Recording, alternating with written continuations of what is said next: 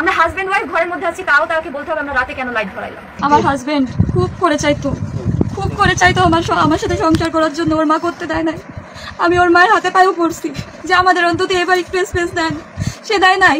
সে বলে আমি মানুষ করেছি আমার ছেলেকে, সেই 34 বছর বয়সী একটা ছেলেকে বাচ্চা ছেলের মতো সে 2.5 বছর ধরে সে ট্রিট করতেছে।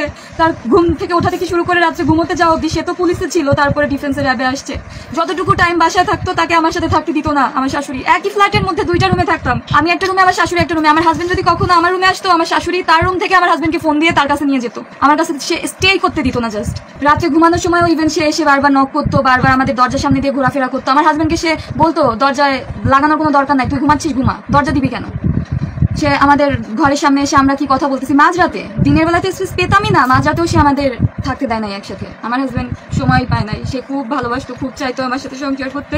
আমিও চাইতাম। আমি আমার শাশুড়ি মাকে বলছিলাম, আমার হাজবেন্ডকেও বলছিলাম যে 2টা বছর তো হলো, এবার অন্তত মুখ খুলো। ও মুখ খুললো না। ও বলে আমি আমার মায়ের উপর কিচ্ছু বলতে পারবো না, কিচ্ছু না।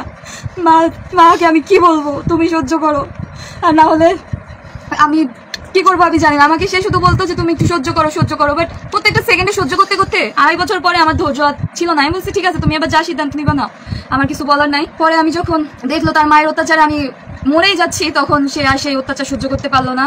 তার মায়ের উপর অভিমান, আমার উপর অভিমান থেকে প্রায় মারধর করতো। ও সেটা ঠেকাতো না। আমার উপরে ওর কোনো অভিমান ছিল না। আমাকে ও প্রত্যেকটা মেসেজ দিয়ে গেছে। আমাকে যে ও টেক্সট করতো হোয়াটসঅ্যাপে, সেই টেক্সটগুলো তো এখনো আছে। সেই টেক্সটের মাধ্যমেও সবাই বুঝতে পারবে যে আমার প্রতি ওর কোনো রাগ ছিল না, কোনো অভিমান ছিল না। ও শুধু বলতো ওর মাকে কিছু বলতে পারবে না, ওর মাকে ও কিচ্ছু বলতে পারবে না। ওর মায়ের অভিমান, ওর মায়ের উপর থেকে মানে ওর মায়ের উপরেও এত অভিমান ছিল, এত কষ্ট ছিল যে ওর মা ওকে বুঝলো না।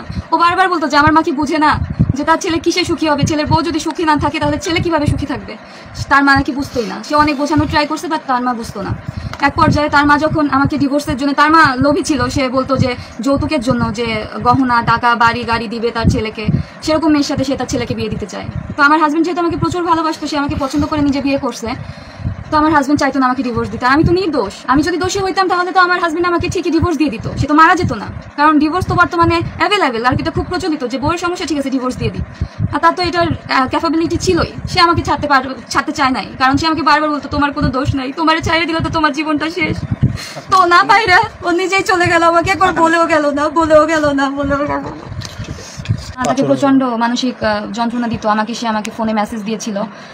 মানে 2.5 বছর ধরে তো যেহেতু চলতেছে, সে আমাকে মাঝে মধ্যে টেক্সট করতো যে দেখছো তো আমার মায়ের কি অত্যাচার তোমার উপর বেড়ে যাচ্ছে, বা তোমাকে আমি প্যাম্পার করতে পারতেছি না আমার মায়ের কারণে, আমার মা এরকম করতেছে, আমি তো বুঝতেছি, কিন্তু আমি আমার মাকে কিছু বলতে পারবো না, কারণ আমার মা আমাকে সেই রাইটটা দেয় নাই। মানে তার মাকে যে সে কিছু বলবে সেই রাইটটাও তার মা তাকে দেয় নাই। আর সে ছিল প্রচন্ড মাতৃভক্ত ছেলে। মানে আমার হাজবেন্ডের মতো মাতৃভক্ত বা ভক্তি আমি এই পৃথিবীর কাউকে দেখি না, ইভেন কেউ দেখে নাই, কেউ না। তো সে তার মাকেও কিছু বলতে পারতেছিল না। তার মা যেহেতু আমাকে ডিভোর্সের জন্য চাপ দিচ্ছিল, তো সে এটাও চাচ্ছিল না, কারণ সে আমাকে প্রচন্ড ভালোবাসতো। সে আমাকে ডিভোর্স দিবে, আমি তো নির্দোষ। সে জানতো যে আমার ওয়াইফ নির্দোষ, ওর কোনো দোষ নাই। তো একটা নির্দোষ মেয়েকে সে ডিভোর্স না দিয়ে আর সে দেখলো